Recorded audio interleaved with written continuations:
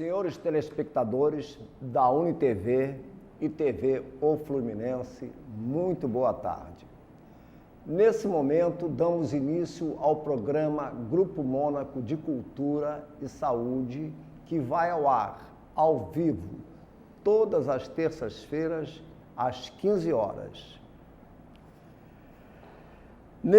Nesse primeiro bloco, temos a honra de receber como convidada a filósofa e escritora Dília Gouveia, que estará lançando o seu livro Nas Malhas do Devaneio.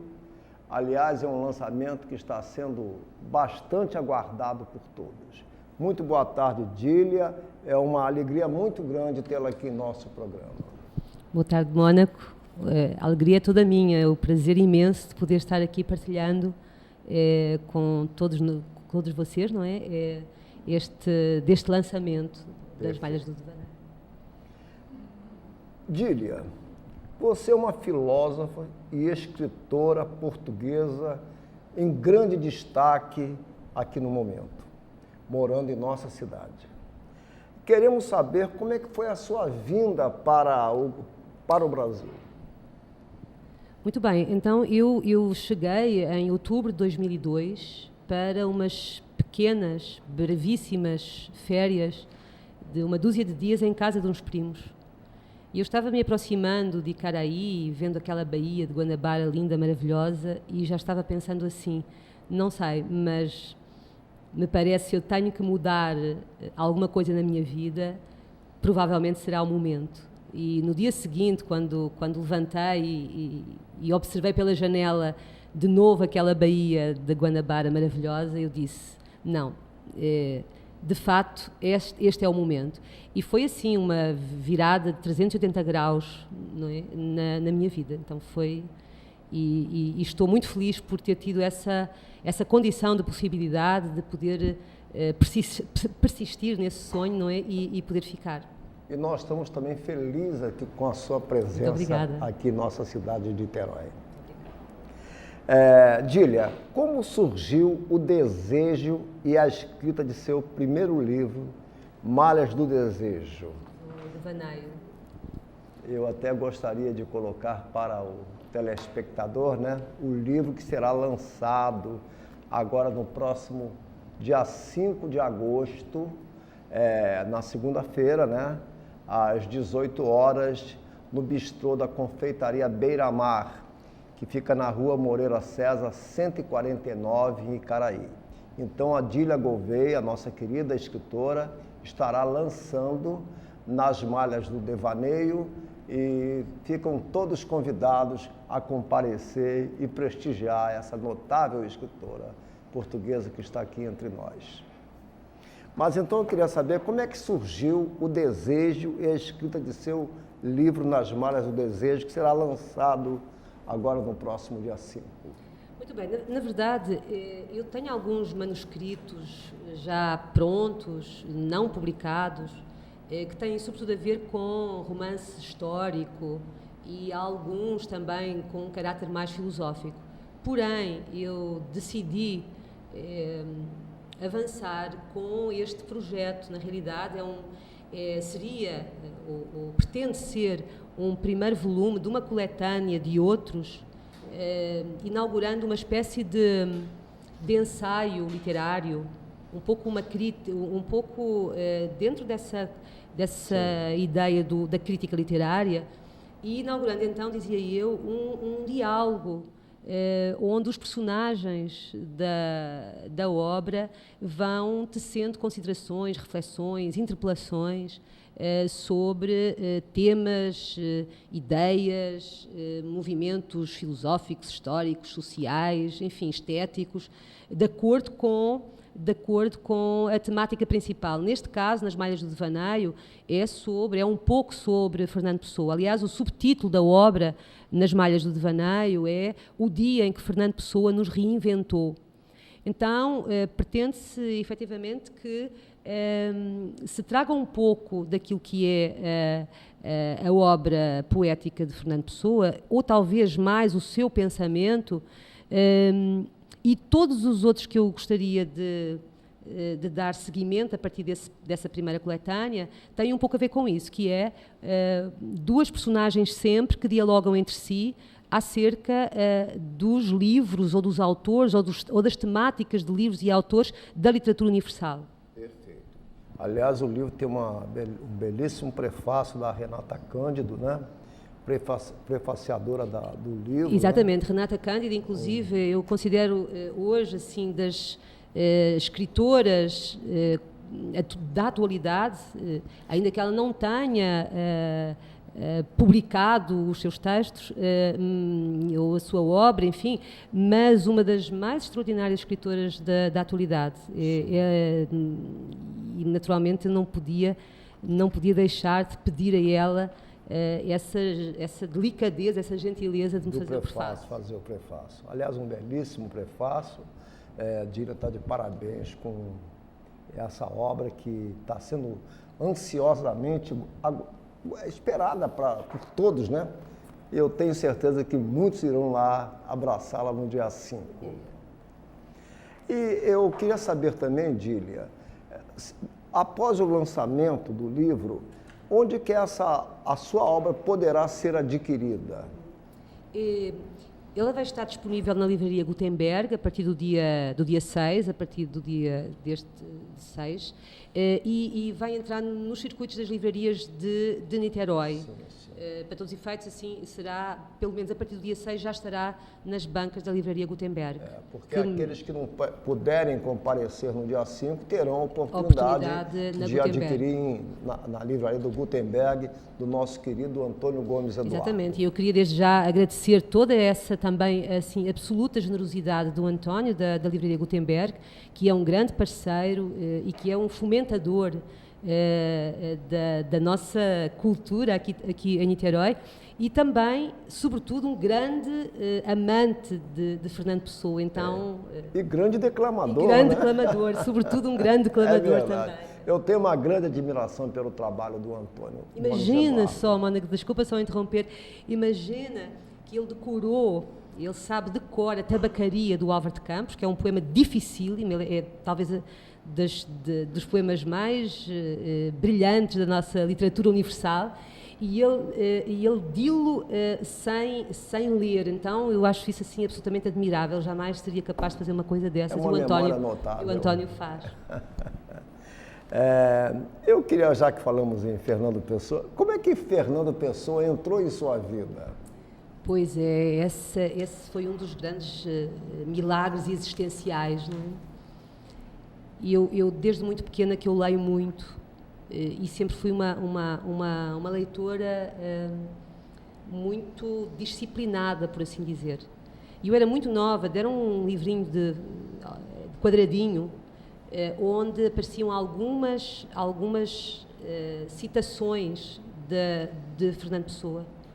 E eu quis muito saber se eu tinha um livro, mas não havia livro infantil do Fernando Pessoa para dar, não é? Então, quando eu atingi logo os meus 12 anos, a primeira coisa que eu quis fazer foi, então agora eu quero ver, eu quero ler. E essa peregrinação vem desde os meus 12 anos até hoje, não é?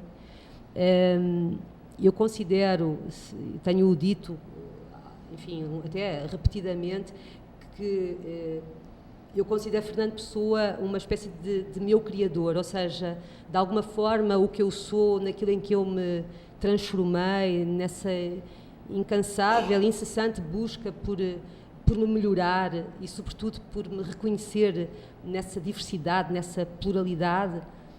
Fernando Pessoa me ajudou muito nisso. Então, quebrando essa... Teve uma importância muito grande na sua vida. Fundamental. Quebrando todas aquelas convicções, fazendo com que eu pudesse depurar, decantar, inclusivamente, todas essas falsas ideias que nos acolhem e que nós, às vezes, de uma forma muito pouco reflexiva, nos deixamos abater perante elas.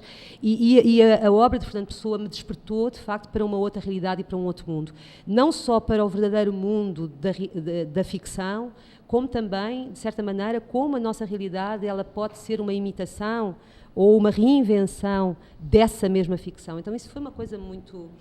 Foi extraordinário. Tem-me acompanhado até hoje e continuo hoje lendo Fernando Pessoa os seus heterónimos, enfim, essas 127 aproximadamente entre heterónimos e semi-heterónimos, cada um deles com pensamentos diferentes, ideias diferentes, sentimentos diferentes, com perspectivas de vida, de mundo, de realidade, que discutem entre si, que dialogam entre si e que nos provocam, que nos instigam, e isso assim, não tem... Pessoa realmente é notável.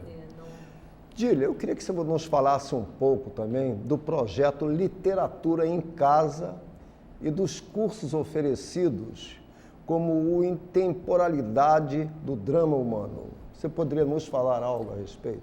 Eu não queria dar continuidade aqui em Niterói a um trabalho que eu vinha fazendo, não é? Em Portugal, que era lecionar de uma forma mais académica. Então, o que é que eu pensei? Fazer alguma coisa que me desse muito prazer e que, ao mesmo tempo, me garantisse o meio de subsistência. E uma das coisas, talvez as que me dá mais prazer, é, de facto, comunicar e dialogar com os outros acerca da literatura, acerca da filosofia, enfim. Então comecei a montar cursos sobre literatura, sobre filosofia, e veio-me essa ideia de fazer também de uma outra maneira que não é habitual, que é propor os chamados encontros de literatura em casa. Então, tipo assim, monta o seu grupo de estudo na sua casa e convida os amigos. Aí, de repente, as pessoas vão reunindo com alguns amigos, e eu vou na casa dessas pessoas, grandes amigos que temos feito nesse projeto, e há um programa, obedecemos a um determinado programa. A questão da intemporalidade do drama humano, que é um dos temas que mais me apaixona, ele ocupa praticamente todos os momentos dessa programação dos encontros. Então, nós debatemos as obras e os autores e os temas, tais como o Édipo de Sófocles, o Rei Lear de Shakespeare, passando pelo Fausto do Goethe, a Madame Bovary de Flaubert, o Retrato do Gogol, as Notas de Subsolo de Dostoiévski, enfim, a Metamorfose do Kafka, o Joseph Conrad com O Coração das Trevas, Clarice Lispector, enfim, mas é assim um mundo variável, e nós tentamos fazer essa ligação entre essas obras, esses grandes livros, na verdade, não é?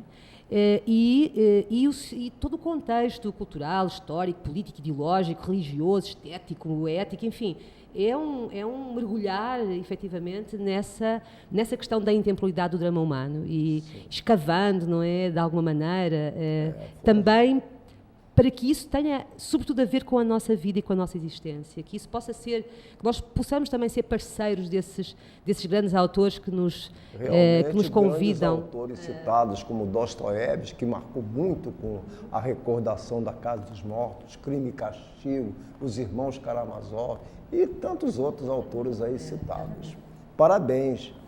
Eu também gostaria que você comentasse a respeito do embarque na poesia realizado durante a FLIP, né? Que é o Festival Literário Internacional de Paraty. O embarque na poesia é uma parceria muito entusiástica que eu tenho com Cristiana Seixas. Cristiana Seixas é psicóloga, é biblioterapeuta, é também escritora, e nós temos feito os chamados cafés-concertos literários, que consistem na chamada leitura dramatizada de textos poéticos, ou quer de poesia, quer alguns outros de prosa poética, acompanhados ao vivo com música. Kátia Sasso é a nossa voz, a nossa intérprete das músicas que dialogam com esses textos. O Ivo Carvalho acompanhando o violão, Marcílio Lopes com... Exatamente. Só que, exatamente, o que é que acontece? Esses cafés-concertos literários são feitos num espaço fechado, em lugares que possam ter as mesas, as cadeiras, nós depois degustamos sempre um vinho, enfim, e tudo isso se passa num espaço fechado.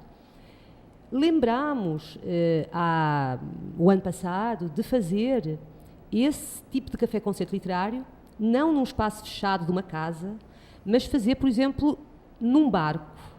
Então, Cris veio ter comigo e disse, Dília, tive uma ideia que eu acho que pode funcionar bem. Eu assim, não, ideias, então nós estamos aí. E se nós fôssemos para Paraty levar essa ideia dos cafés-concertos, fazer a degustação poética a bordo de um barco pelo Rio Perequê. E nós fomos, embarcámos na poesia e embarcámos para Paraty, embarcámos no Rio Perequê e fizemos essa primeira experiência de levar a poesia a bordo. Foi uma experiência fantástica. O ano passado iniciámos e este ano voltámos, o mesmo impacto, a mesma emoção, não sei, acho que até uma emoção redobrada e um impacto redobrado também, porque de alguma forma é essa ressonância que nós tivemos das pessoas que estiveram ano passado connosco, lá em Paraty, e que este ano, quando nos viram, ainda bem que vocês estão aqui, porque era uma das coisas que queríamos fazer, era exatamente, de novo, navegar com vocês a bordo do barco, da poesia, e é de facto uma experiência fantástica. Essa ideia do embarque na poesia, em Paraty, nós levámos para Filipe Poços, em Poços de Caldas, este ano. Fizemos parte da programação oficial da Filipe Poços e, em vez de fazermos num barco, fizemos num trem, que é o chamado trem poético, era o embarque no trem poético, não é? Então, em volta da cidade de Poços de Caldas, e as pessoas também degustando connosco as poesias e a música, dialogando com essas poesias, é uma experiência assim admirável, porque nós podemos levar, não é, para esses lugares, e temos levado para outros também, nós podemos de facto levar a voz dos autores, não é, desses poetas extraordinários, desses grandes escritores também, com tudo aquilo que há neles de irreverência, do que há neles também de provocador para o nosso mesmo crescimento, para continuarmos nessa descida, nesse mergulho, não é, aos nossos subsolos, como nós dizemos. Dília, você é filósofa. De que forma a filosofia impacta em suas atividades profissionais e também na sua vida? Olha, a filosofia também, tal como a literatura, elas me acompanham desde lá muito atrás, não é? Eu costumo às vezes dizer que a literatura e a filosofia, elas nasceram numa mesma época, praticamente no mesmo espaço físico, geográfico, não é? Na Grécia Antiga, a filosofia e a literatura, não é? As tragédias gregas, juntamente com os primeiros filósofos pré-socráticos, depois, enfim, com Sócrates, Platão, enfim. A literatura e a filosofia são, do meu ponto de vista, almas gêmeas. Onde a literatura eventualmente não chega porque não quer chegar, não é porque não possa, é porque não quer, porque não é esse o propósito, a filosofia vai lá.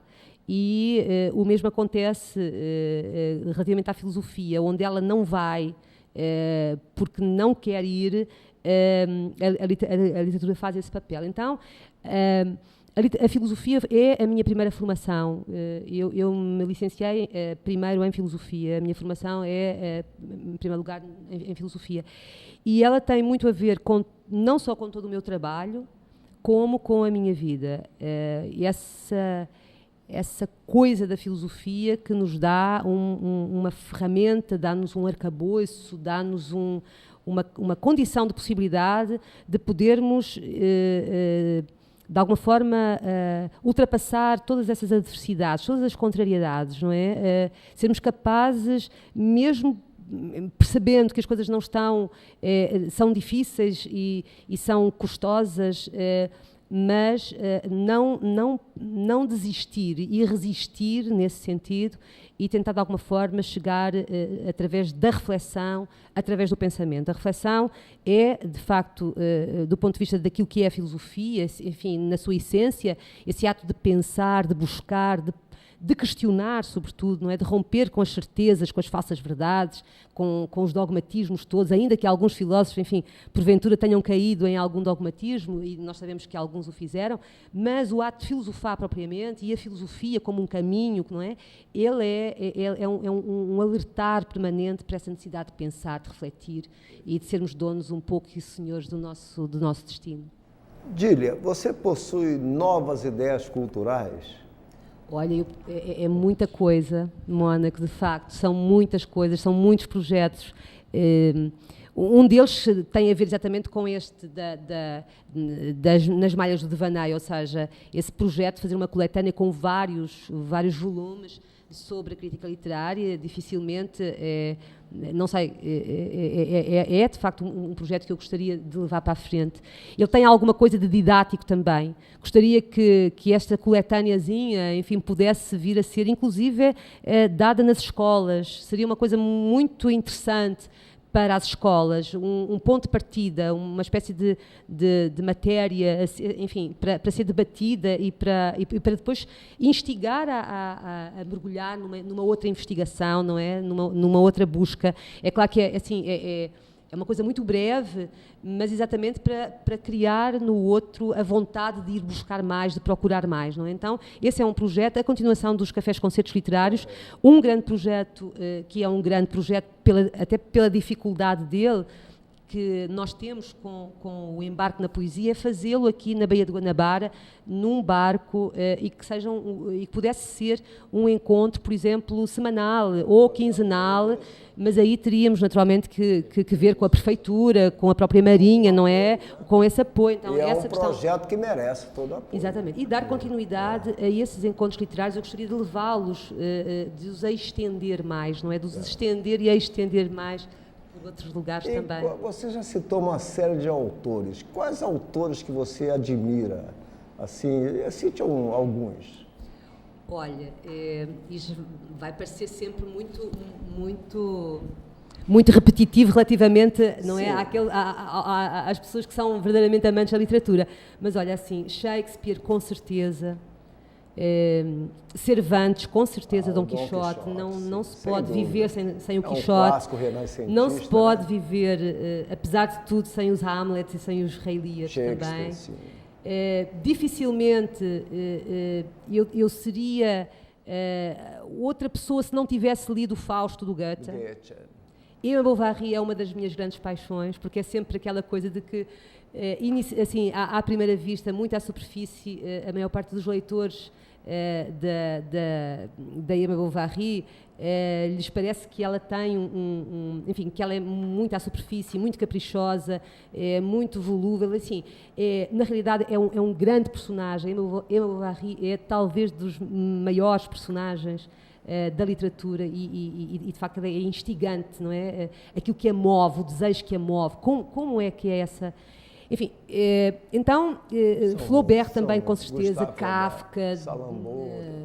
E dos autores atuais, dos escritores atuais, em destaque, quem que você recomenda? Olha, eu estou lendo ultimamente, relendo algumas coisas e lendo outras mais recentes, dos escritores africanos, não é? Moçambicanos e angolanos, como é o caso do Agualusa, do Miyakoto, do Walter Ocumem, enfim, eu estou agora, neste momento que eu estou relendo, não é? Temos outros escritores atuais menos conhecidos, como é o caso exatamente aqui na nossa cidade de Niterói. Nós temos escritores maravilhosos, não é? Que continuam editando, continuam publicando. São o Novaes Barra, recentemente, Cristiana Seixas, Rita Magnano, nossa querida Gracinda Rosa, que continua sempre nessa peregrinação também pela vida, pela exaltação da vida. Tem muitos outros E os críticos literários? Pois é, eu continuo gostando muitíssimo da crítica literária de José Castelo. Ele não gosta de se considerar... É o lateral do José Castelo? José Castelo. José Castelo. Ele não gosta muito de ser chamado crítico literário, não é? Mas ele, na realidade, ele é um amante da literatura, é um apaixonado pela literatura. O José Castelo é uma referência para mim como na crítica literária. Outras duas referências para mim na crítica literária são Ricardo Piglia e Harold Bloom. Eu continuo ainda lendo, relendo, revisitando as suas crónicas, as suas análises, e elas são para mim um momento muito especial também de concentração e de mergulho, mais uma vez, nesses sustos, nesses espantos, não é? Que a literatura nos convoca a acolher também. A senhora, como escritora portuguesa, você, como viu o prêmio Nobel ser conquistado pelo José Saramago? Pois é, esse foi um grande merecimento de José Saramago, não é? É um grande autor, sem dúvida. Português, sem dúvida. Ele mesmo também, assim, sempre muito preocupado com essa questão da intemporalidade do drama humano, não é? Nessa coisa de existir. Teremos uma natureza ou não teremos uma natureza pré-definida e somos apenas alguma coisa que tem a ver com a nossa condição e o que é que somos nisso. O Saramago foi muito batalhador nessa sua marcha também, não pelo reconhecimento, ainda que esse reconhecimento tenha chegado, mas para nos iluminar com as suas ideias, com os seus pensamentos. E mais uma vez, de toda a obra de Saramago, eu continuo muito estreitamente ligada ao Ano da Morte de Ricardo Reis, que é exatamente uma das obras que o Saramago escreveu. Não é, porventura, aquela que mais espantou, eventualmente, o leitor, mas para mim, das preferidas do Saramago. Considerações finais, por favor, Dília. Olha, reiterar o convite para o lançamento Nas Malhas do Devaneio, o dia em que Fernando Pessoa nos reinventou, no dia 5 de agosto, às 18 horas, no bistrô da Confeitaria Beira-Mar. E, sobretudo, desejar a todos muita leitura, muito entusiasmo, muita dedicação pelas coisas do pensamento e ao mesmo tempo, desejar que as nossas vidas, elas permaneçam sendo esse ato de delicadeza, de generosidade e de muita força. Muito obrigada, Mónica. Bom, despeço-me agradecendo a presença da filósofa e escritora Dília Gouveia em nosso programa e aos distintos telespectadores. O segundo bloco, o bloco de saúde, terá o comando da psicóloga, acadêmica e queridíssima Elizabeth do Vale. Muito obrigado a todos e até a próxima.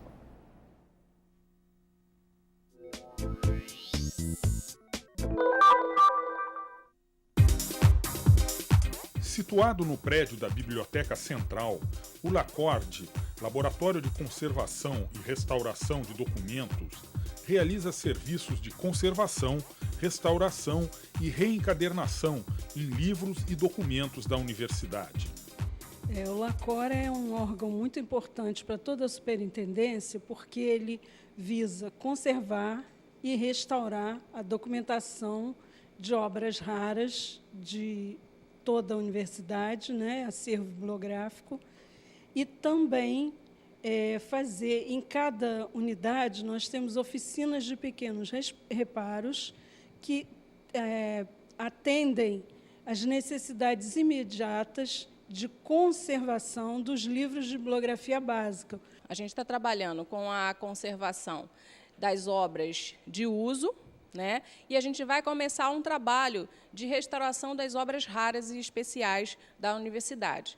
Então, aqui, nesse momento, a gente está fazendo um trabalho de higienização e acondicionamento dessas obras, aguardando que, futuramente, a gente vai ter uma nova estrutura.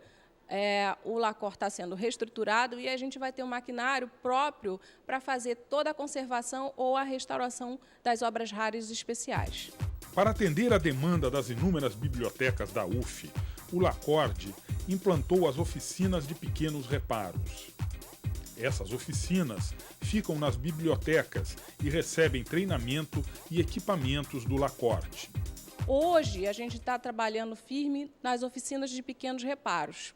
Essas oficinas têm a função de fazer com que, toda vez que tem algum problema, soltou uma folha, a capa pelo uso, a gente vai... essas oficinas têm a função de fazer com que esses reparos sejam feitos e sejam feitos de uma forma mais rápida possível, de forma que esse livro volte o mais rápido possível à circulação. São série de etapas até que o livro fique pronto novamente. Num primeiro momento, ele sai do acervo, quando a gente identifica que ele está em condições ruins, passa por uma parte de higienização e de limpeza, onde a gente limpa as folhas, apaga riscos, né, tira durex, todo o material danoso para o livro.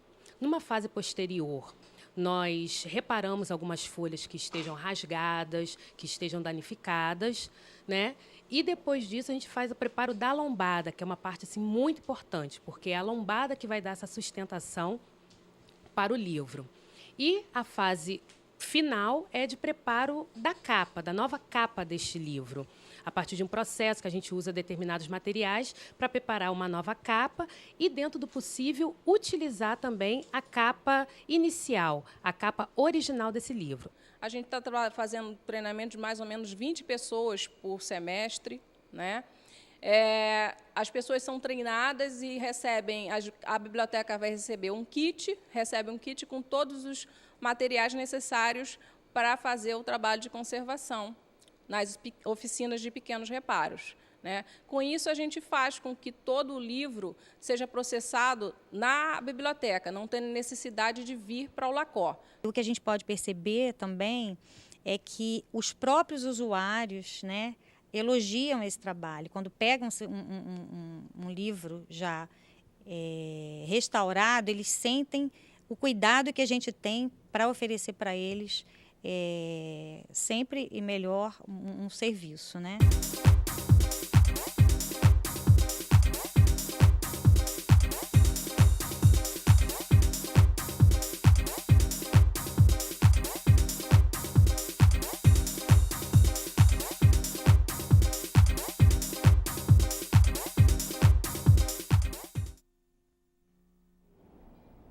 Boa tarde para você que nos assiste. Estamos aqui com mais um Bem-Estar e Saúde. E hoje conosco a Marne Cristine de Figueiredo Simão. Seja muito bem-vinda, Marne, ao nosso programa. Muito obrigada. Boa tarde.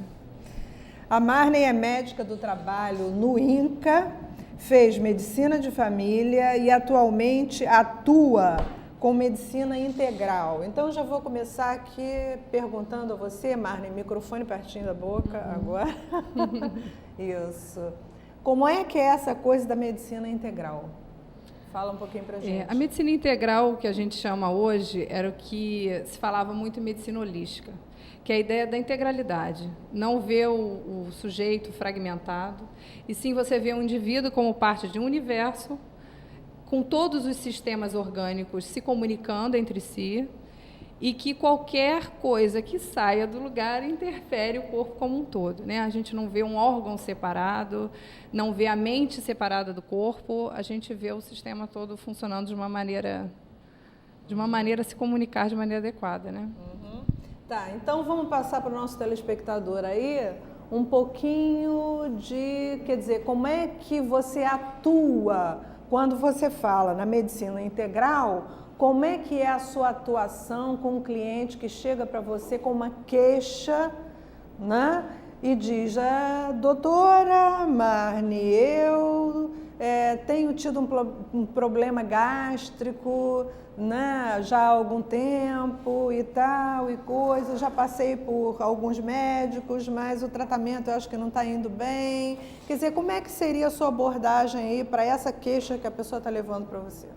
Na verdade, o que eu faço é uma reunião de várias medicinas, né? Eu faço uma anamnese dentro de uma medicina convencional, faço uma anamnese da medicina chinesa e faço uma anamnese para descobrir o campo, né, que está relacionado com a medicina vibracional, que é uma outra forma de atuação. Então, eu uso tanto a medicina convencional, quanto a medicina chinesa e quanto a medicina vibracional. A medicina vibracional a gente escolhe, na verdade, a gente tenta descobrir qual é o terreno que pode aflorar um arquétipo patológico. O que é isso? Qual é a tendência aos tipos de doença que aquela pessoa pode ter. E essas informações ela vai te dar através de como é a energia dela, se ela tem mais energia à noite, se ela tem mais energia durante o dia, o tipo de doença que ela tem ou que ela já teve. E, a partir disso, a gente trata um perfil de diátese. Isso vem da teoria das diáteses de Ménétrier, da década de 40. E, aí, eu trato com medicina vibracional, quer dizer, eu corrijo o terreno. É como se fosse uma medicação, como a homeopatia chama uma medicação de fundo. Eu corrijo o terreno como um todo e para depois atuar de maneira específica em algum órgão. O diagnóstico da medicina chinesa é feito tanto com anamnese, a avaliação de pulsos, que para mim é fundamental. A medicina chinesa, sem avaliação de pulsos, ela fica muito pobre. E eu trato também os meridianos afetados. Através da pulsação, o que pode ser detectado nesse organismo? A gente faz um diagnóstico do meridiano afetado. Né? Eu trabalho com um tipo de acupuntura que é de uma escola um pouco diferente. Então, a gente trabalha mais com vasos maravilhosos. Os vasos maravilhosos são vasos secundários, né? Na verdade, eles interligam os meridianos principais entre si. Os meridianos principais são aqueles que todo mundo já ouviu falar, pulmão, fígado, baço. Só que o vaso maravilhoso ele trabalha com um tipo de energia, que é a energia ancestral. E que é a energia capaz de regenerar tecido. Então, você é capaz de fazer um órgão novo mexendo a energia ancestral. Muitos acupunturistas não usam isso, é uma coisa que não é muito comentada na maioria das pós-graduações, mas é fantástico trabalhar com vaso maravilhoso, porque você consegue muitas curas de coisas que são ditas doenças crônicas, que você não são tratáveis, e você consegue. Né? Isso é muito comum. Hipertiroidismo, a gente faz isso. Síndrome de ovário policístico, às vezes você retira um ovário por um endometrioma, por um sistemático, você consegue regenerar esse ovário e criar um ovário novo. Várias doenças de infertilidade, você consegue trabalhar com vasos maravilhosos. As próprias sequelas de AVCs, né? O acidente vascular encefálico, que deixa muitas sequelas, você consegue minimizar demais isso com a aplicação dos vasos maravilhosos. Né? E eu gosto de fazer tudo junto. Eu uso a medicina chinesa e trato os vasos, uso a medicina vibracional, e aí a gente corrige esse terreno, você faz o diagnóstico desse terreno, e usa também algumas medicações que são próprias de determinadas glândulas ou determinados tecidos. Tá, então vamos trocar um pouquinho isso aqui em miúdos para o telespectador, porque ele está ouvindo você falar em acupuntura, né, em campo vibracional e tal coisa. Então vamos traduzir aqui um pouquinho o seguinte, que o campo vibracional, gente, tudo na realidade no universo vibra, né? E a vida é vibração, né? Vida é vibração. E tudo no universo vibra no seu próprio ritmo, quer dizer, uma coisa difere da outra, né? Por exemplo, um organismo vibra diferente de outro organismo. A sua vibração é diferente da minha, né? Mas o que ela qual é a proposta da Marne? É justamente fazer um histórico dessa pessoa. Uma estratégia de harmonizar esse campo vibracional dessa pessoa que sente, que tem determinados sintomas ou tem determinadas doenças já estabelecidas, e ela vai justamente ver o que nesse campo vibracional pode ser mexido para que esse organismo volte a ter a sua harmonia, já que a doença é justamente o desequilíbrio dessa harmonia, né? Quer dizer, é quando essa harmonia fica prejudicada. E você vai, então, novamente mexer aí nesse campo vibracional, proporcionando a esse organismo, né, um ritmo diferente de vibrar. E nesse ritmo harmônico. Um ritmo harmônico. A gente gosta de falar isso, né? Onde ele vai ter a possibilidade, então, de regenerar aquilo que está se degenerando. Já que a vida é uma degeneração constante. Né? Porque a gente dissipa energia o tempo todo, né? A energia vital ela vai sendo perdida ao longo da vida. Na verdade, a partir de 12 semanas de gestação, né? E, bom, é porque é muito complexo, porque são eu dei coisas essa que paradinha, eu interajo. eu dei essa paradinha, porque você foi num crescente, e normalmente o telespectador, às vezes, se perde um pouco no acompanhamento desse raciocínio. Daí essa paradinha para a gente poder traduzir um pouquinho em miúdos de que você está falando. Sim. Você está falando de física quântica, você está falando de acupuntura, né? Na verdade, são coisas que, se bem trabalhadas, elas se complementam e você consegue fazer um trabalho muito interessante.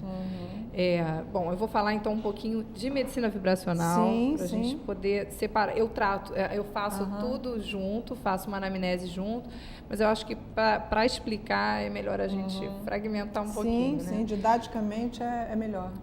Bom, a medicina vibracional, ela trabalha com esses terrenos, né? A gente faz o diagnóstico dessas diáteses, que são esses campos energéticos, né? Que é onde pode aflorar os arquétipos patológicos. O que é isso? São as doenças. A gente tem uma carga genética e a gente pode ou não ativar alguns genes e, na ativação desses genes, a doença aparece. O que faz esses genes não serem ativados? Um estilo de vida bom, exercício, uma boa alimentação, porque a orientação alimentar é fundamental. Se bem que hoje, quando a gente fala em boa alimentação, é tudo muito relativo, porque hoje você vai buscar a boa alimentação, sim, mas mesmo na boa alimentação, você tem ali substâncias químicas o tempo todo, dentro até dessa boa alimentação, interferindo demais. Os pesticidas, os transgênicos, tudo isso entra, né? Mas o leite de vaca em excesso, o açúcar refinado em excesso, o sal refinado em excesso, essa história dos refrigerantes, né, esse consumo desenfreado, isso são coisas muito sérias e que você pode tirar, são medidas que você pode tirar de uma vez só e que já faz uma diferença muito grande. Né? Tentar diminuir um pouco a acidez desse corpo, né, que todos esses alimentos acabam gerando. Mais acidez. Mais acidez. Um pH mais ácido. Um pH mais ácido. E aí isso, vamos os dizer, tumores, é um terreno as doenças, fértil para a proliferação câncer e algumas de doenças mais graves. Sim. Ai, meu Deus, quem é que teve aqui lá da BioHorto que falou sobre isso, de alcalinizar mais o organismo? Meu Deus. E a gente pode alcalinizar o organismo de diversas formas. Então, né? Tem alguns. A gente tem produtos que eu uso para isso, né? Eu posso fazer isso tanto com medicina chinesa e na medicina vibracional a gente usa umas medicações que você tem a informação de um trato gastrointestinal normal. O que é isso? Se mapeou um feto de 12 semanas, que é quando você tem o máximo de energia. Esse feto de 12 semanas, você sabe com quanto vibra uma tireoide, um intestino, uma suprarrenal, um ovário, e você dá essa informação através de frequência. Como se faz isso? É um floral frequencial. Você pega um floral de flores, que ele serve como estabilizador dessa frequência. Então, se eu estou dando uma frequência de 50 Hz, eu coloco nesse floral, única e simplesmente para que essa frequência não se altere. Então, eu dou uma frequência de uma tireoide normal numa pessoa que tem hipotireoidismo. Para quê? Para haver uma briga de informação entre a tireoide da pessoa que tem essa patologia, que é uma tireoide que funciona pouco, ela perdeu a memória. A gente usa muito essa ideia da memória. O que é a osteoporose? A maioria das pessoas com osteoporose, você dosa o cálcio ionizado, ele está normal. Mas por quê? O magnésio normal. Muitas vezes até vitamina D você está repondo. Por que a osteoporose? Porque o osso perdeu a memória de como fazer osso. O organismo não sabe mais fazer osso.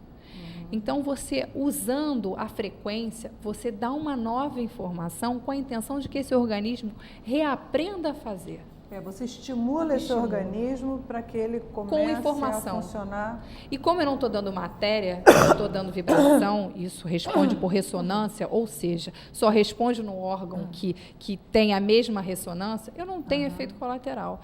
Que, para mim, é o que me faz trabalhar com maior entusiasmo. Você conseguir cura, muitas vezes melhora, né? E sem os efeitos indesejáveis da maioria das medicações. Sei. Mas quando o paciente chega para você, você drasticamente diz a ele, olha, larga o seu tratamento tradicional e fica só comigo? Ou como é que você procede aí Depende do tipo nesse de patologia. acompanhamento? Em geral, você faz um desmame das medicações. Tem medicações que você não pode tirar de uma hora para outra. Você não pode tirar antidepressivo de uma hora para outra, ansiolítico de uma hora para outra. Ele vai ter dependência. De uma hora para outra. Não, muitas medicações antipertensivas você não consegue tirar. Né? Você consegue reduzir bastante, até porque quando você faz reeducação alimentar e algumas frequências, né, que a gente trabalha, você consegue diminuir sim, consegue manter mais estável. A hipertensão leve, muitas vezes você consegue tirar a medicação, mas isso tem que ser com um cuidado muito grande. Quando a gente trata o hipotiroidismo e um paciente chega tomando hormônio tiroidiano, você tira um pouquinho, dosa. Dá para tirar mais? Tira um pouquinho, dosa. Às vezes você consegue tirar tudo, às vezes você reduz. E isso tem que ser respeitado. Né? Porque cada organismo é um organismo, mesmo com essa estimulação. É muita responsabilidade, né? Cada organismo vai ter lá a sua maneira de compensação e de receber alguns hormônios, né? Pílula ou algumas coisas a gente tira, assim, de vez. Né? Para ter uma resposta mais rápida e realmente funciona mais rápido. E me diga uma coisa, Marne, e isso funciona bem em criança, adulto e idoso? Teria uma faixa etária mais receptiva? O idoso, quando você trata com medicina chinesa, é fantástico, porque a resposta dele é muito grande. Porque você tem muita energia dissipada, né? Então, qualquer coisa, quando você mexe em energia ancestral, que é a energia que produz célula nova, é a energia que regenera, ele tem uma resposta muito rápida. Né? É muito bom isso. As crianças alérgicas, que agora a alergia virou uma moda, né? Como tem alergia alimentar, como tem alergia respiratória, como tem alergia de pele. É difícil tratar com acupuntura essas crianças, porque elas, em geral, não deixam as muito pequenininhas, né? Mas as frequências a gente consegue dar.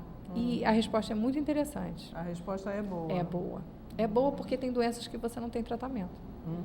E as pessoas muitas vezes chegam a mim porque já tentaram, já passaram por todos os lugares. Aliás, a gente vê mesmo que a medicina ainda, em termos de cura, ainda é muito ineficiente, né? A pessoa controla doenças para que elas não avancem desproporcionalmente, né? Mas em termos de cura a coisa ainda é muito limitada, né? Estatisticamente eles falam de cura em 1/10 das doenças, né? E o restante você controla e você faz tratamento de doença, controle de doença crônica, né? E as pessoas tomam remédio. Porque a gente fala em cura muito correlacionadamente com doenças, por exemplo, doenças que você tem que fazer cirurgia, né? Quer dizer, coisas agudas que você intervém com uma cirurgia, você cura o sujeito daquilo através da cirurgia, né? Os tratamentos cirúrgicos, algumas infecções, né, que você diz, alguns tipos de câncer, né? Alguns que respondem à intervenção cirúrgica, a gente pode falar em cura, sim. Que são pouquíssimos, né? Os cânceres voltam muito, né? Você fala em cura, na verdade, quando você diz cura, é um tempo pré-determinado, né? Depois disso você já não pode garantir mais, infelizmente. Tem que haver um acompanhamento, tanto que aquelas pessoas que têm câncer estão sempre tendo que fazer uma revisão desse organismo como um todo. Você tem que rastrear. Né? Tem que estar sempre rastreando. Ficar de olho. Aliás, eu acho que todos nós, de uma maneira geral, já entramos nessa de estar sempre rastreando, porque o que é, por exemplo, a mamografia anual para a mulher depois dos 40 anos? Preventivo. Né? O toque retal para o homem em relação à próstata depois, né? Também dos seus 45 anos, 50 anos. Quer dizer, na realidade, a gente vive, mesmo sem ter tido algum indício da doença, a medicina hoje já mostra para a gente que a gente tem que viver rastreando. Né? E eu acho até que isso coloca os indivíduos, de uma maneira geral, quero ouvir sua opinião sobre isso. Isso, por um lado, é bom, sim, tem a sua indicação, eu acho que é isso.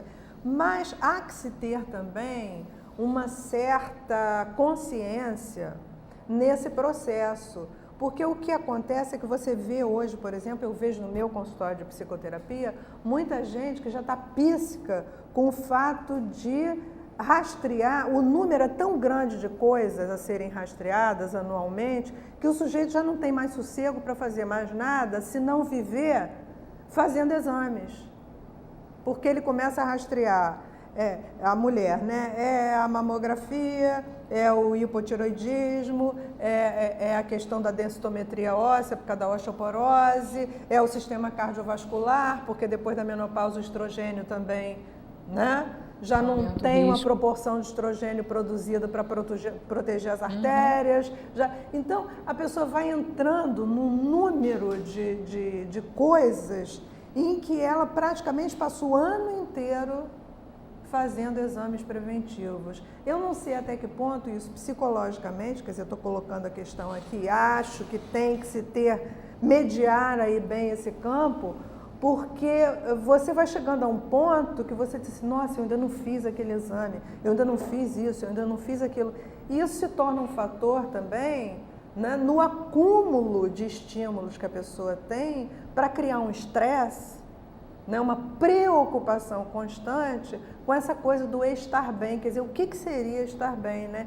Então eu gostaria de ver a sua opinião sobre isso. Tem um medo muito grande dos médicos em relação a isso, porque se você não rastrear de maneira adequada e aparecer alguma coisa, você não viu. E o paciente, em geral, ele aponta que você não viu. Então, é uma faca de dois gumes. Eu acho que o que você precisa é conversar com ele. E isso tem que ser feito de uma maneira. A gente vai olhar isso anualmente. Tem dado sempre tudo bem. Isso tem que ficar leve, né? Muita gente utiliza o medo como uma maneira de tentar estimular os pacientes a fazerem os exames. Porque existem, eu acho que não tem que ser por aí. Existem profissionais, e isso é bom para você, telespectador, pensa a respeito disso. Se você tem um atendimento médico e se o seu médico é terrorista, é um negócio complicado, porque não pode ser por aí, né? Eu acho que não é assim que você eu acho que não é consegue. amedrontando a pessoa e colocando a pessoa mais ansiosa e medrosa que você vai ter um resultado terapêutico em relação ao que ela possa estar te trazendo como demanda, é que você vai ter um bom resultado. Mas, acima de tudo, somando com essa pessoa que está te procurando. Sim, eu acho que é isso. É uma responsabilidade dos dois. Isso, né? Chegar juntos. É um acolhimento que você faz desse paciente. Certeza. Ele tem que sentir que você está responsável por ele. E ele confia, e na maneira, assim, de forma geral, não há... Com os meus pacientes não há essa tensão terrorista. Mas é porque você já... Né? Exatamente, porque você já faz uma anamnese muito pormenorizada, isso é importantíssimo. Hoje o profissional da medicina já não faz essa anamnese, até porque ele não tem tempo para isso, porque ele tem que atender não sei quantos clientes por dia para o plano de saúde lá pagar uma merreca para ele, né? E essa coisa que eu quero te perguntar também, que eu acho muito importante nesse momento que a gente está vivendo, esse momento histórico em que as coisas estão muito confusas no nosso país, né? Cada profissional reivindicando coisas. Eu quero saber a sua visão também. Você acha que a medicina ela é para enriquecer o médico? Se vamos dizer assim, se faz medicina para ficar rico? Eu acho que quem faz medicina é uma carreira penosa desde o início, né? Você faz um vestibular, que é o vestibular mais disputado, você estuda muito durante a faculdade, depois você faz um segundo vestibular, que é a residência médica, depois você faz o terceiro vestibular, que é a segunda residência médica. E eu não acredito que ninguém comece essa carreira que não tenha uma vontade de ajudar o próximo, né? Eu já tenho minhas dúvidas. No meu campo, eu já observo isso e tenho minhas dúvidas. Eu acho que muitos se perdem, né, no meio do caminho. E há essa cobrança desse consumismo. E eu acho que isso não é só com o médico, são com todo mundo, né? O apelo do consumo. Eu acho que a gente não pode perder um foco do que você se propôs a fazer na vida. Essa consciência é muito importante, né? O que eu estou fazendo no mundo. Tem alguém que está vindo ali buscar ajuda e que você se propôs a ajudar. E você vai tentar fazer isso da melhor forma e com o maior amor possível. Eu acho que passa por isso, que a humanização passa por isso. Sim, com passa certeza. por cuidado, passa por carinho. A gente pode falar em amor mesmo. Não, com certeza. Porque é alguém que está precisando muito de ajuda. Sim. O doente, acima de tudo, precisa de muito amor. Né? Concorda? Sim, concordo plenamente. Marne, eu gostaria que você deixasse seus contatos. Eu tenho um consultório na Moreira César, 426, sala 1307. 426 fica em que altura da Moreira César? Fica próximo ao Presunic, entre Comendador Queiroz e Hélio Parreiras. Edifício Prime. Tá. Você pode deixar um telefone com a gente? 7864-7542. Pode repetir. Moreira César, o consultório? 426. 426. Sala 1307. Sala 1307. O telefone novamente. 78 64 75 42. Tem algum e-mail, alguma coisa que você queira deixar também? marnesimão@yahoo.com.br. Pode repetir. marnesimão@yahoo.com.br. Gente, então vou pedir aqui para nossa querida Marne, né, tão simpática, bonita, olha que morena bonita. Marne, suas considerações finais para o nosso telespectador, que eu vou precisar de um tempinho ainda para dar uma despedida especial aqui para um colega meu que pediu e eu não quero deixar de fazer isso. Bom, eu acho que é um novo momento agora. Eu acho que a gente precisa rever certas ideias que estão consolidadas há muito tempo a respeito das verdades médicas, para não se perder uma grande oportunidade de se tratar as pessoas com maior responsabilidade e de maneira mais integral. Eu tenho muitos casos que passaram pelas mãos de muitas pessoas e que essa fragmentação toda levou a uma confusão de medicação e levou ao aparecimento de novas doenças devido à iatrogenia, devido à mistura de medicações, à interação medicamentosa. Acho que vale a pena todo mundo tentar olhar como um todo e se perguntar o que você quer de tratamento para você. É isso aí, gente. Então, desde já, eu agradeço a sua presença, Marne. Eu que agradeço. Espero que você possa estar conosco outras vezes, tá? Muito elucidativo esse bate-papo nosso, tá? Então, a gente espera que você possa participar outras vezes. E agora, para o meu querido colega acadêmico da Academia Niteroense de Letras, Antônio Soares. O Antônio Soares me ligou ontem e disse que hoje estaria assistindo o nosso programa. E o Antônio me disse uma coisa que eu fiquei extremamente feliz com a notícia que ele me deu.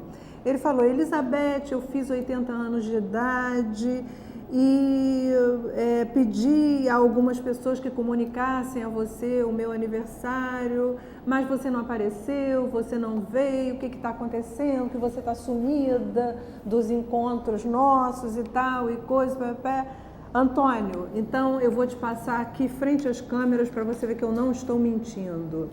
Eu, há 2 meses atrás, tive dengue e pifei, fiquei 1 mês afastada do meu consultório, não fiz alguns programas, o Mônaco fez a minha parte, porque eu não pude fazer, e ainda estou me recuperando gradativamente, ainda sinto um pouco de dificuldade em relação, quando eu forço alguma coisa, por exemplo, subir escada, aqui são 4 lances de escada na UNTV, então eu venho me arrastando pelas escadas para chegar legal. Então eu ainda não estou na minha performance, né? Eu ainda estou com o meu organismo se recuperando de uma virose que foi bastante agressiva, né? Eu não tive só a dengue, mas eu tive sequelas como alteração de transaminases e que ficaram um tempo também, e isso me causou muita inapetência, eu não me alimentei normalmente, né, como deveria. Então, meu organismo ficou muito ressentido pelo fato de ter tido a dengue e não ter tido uma recuperação ainda a contento. Então, ainda estou me recuperando. Mas, meu amigo, eu fiquei muito feliz de saber que no seu aniversário de 80 anos, você disse que pediu aos seus amigos que levassem fraldas geriátricas, não para você, lógico, óbvio, mas para que você pudesse doá-las a pessoas que tivessem necessidade desse produto, que usem isso e que tivessem justamente a dificuldade de obter esse material. E eu fiquei muito feliz com a sua ideia criativa, achei maravilhosa, te dou os parabéns e aqui vai, olha, profundamente do meu coração, o meu agradecimento, primeiro, pela pessoa maravilhosa que você é, pelo amigo, pelo colega acadêmico, pela pessoa assim que eu acho que está sempre com o olhar voltado para o seu próximo, né? Então você é uma pessoa também muito querida para mim, que eu tenho assim muito prazer de estar com você, né? Sempre que nós estamos juntos é muito bom.